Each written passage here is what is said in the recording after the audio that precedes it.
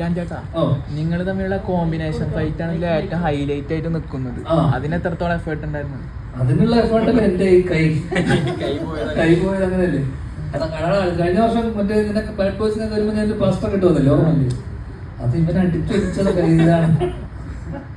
അവൻ ആ സമയം ജിംഖാന കഴിഞ്ഞിട്ട് വരുന്ന വഴിയായിരുന്നു. അപ്പൊ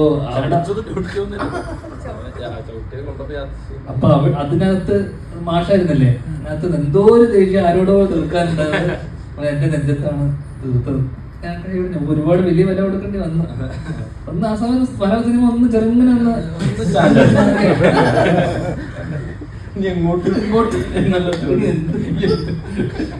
ശരിക്കും കരാട്ട പഠിച്ചിട്ടുണ്ടായിരുന്ന?